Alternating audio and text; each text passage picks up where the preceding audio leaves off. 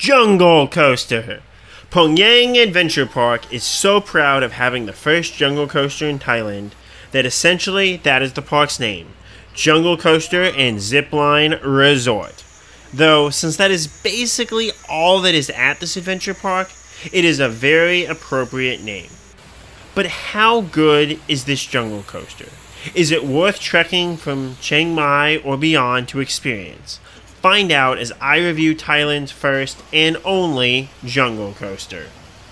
For starters, the trek up the mountains to Pongyang Jungle Coaster and Zipline Resort is beautiful, with a bunch of different gardens, restaurants, and other attractions to stop and see along the way. If planned correctly, a trip up this touristy mountain road is worth one's time in Chiang Mai, whether you get all the way up to the jungle coaster or not. Jungle Coaster is housed in a smallish plot of land way up the mountain.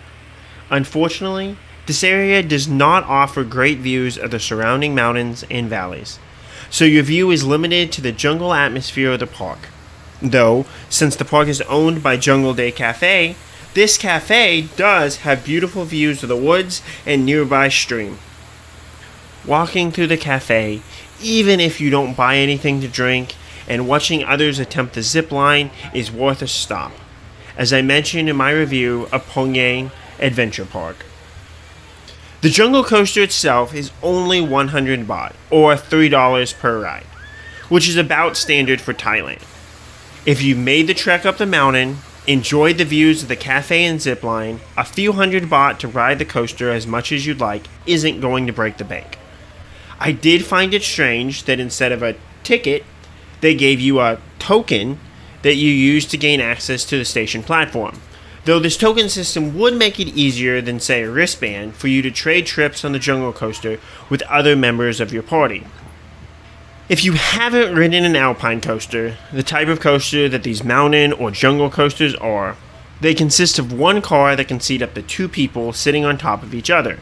For adults, and due to a weight limit of 150 kilograms or 330 pounds, you will likely be riding by yourself, unless you're riding with a child or you're not very big to begin with. The cars have a braking mechanism that allows riders to brake throughout the trip, as many riders do on this jungle coaster since they prefer to slowly navigate down its course.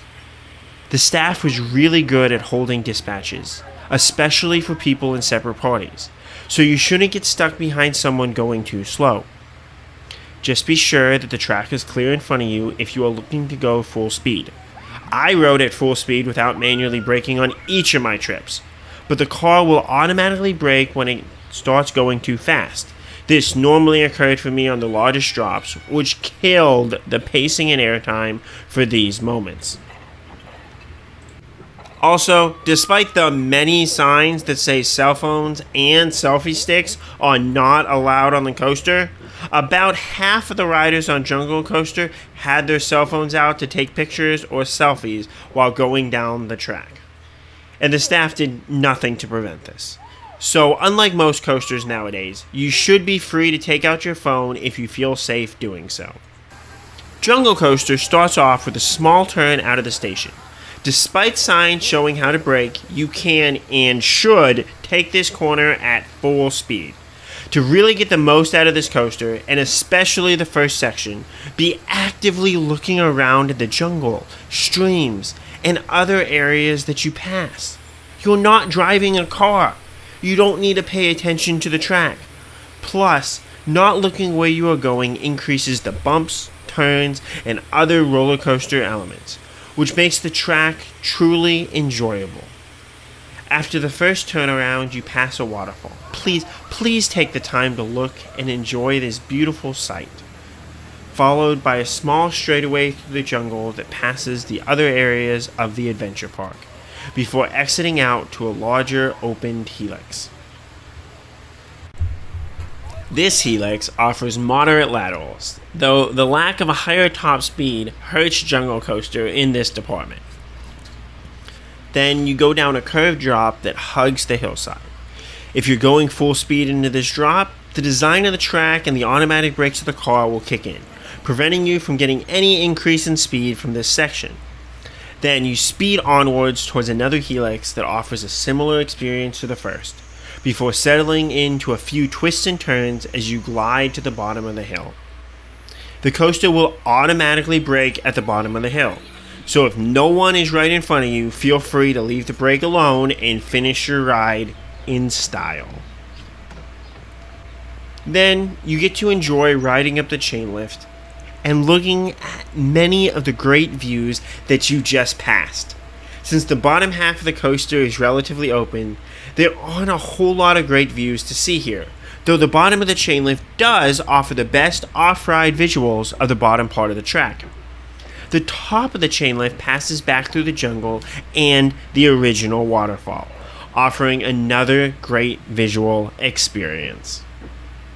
Overall, how good is Jungle Coaster? I really did enjoy the views and feel of this coaster.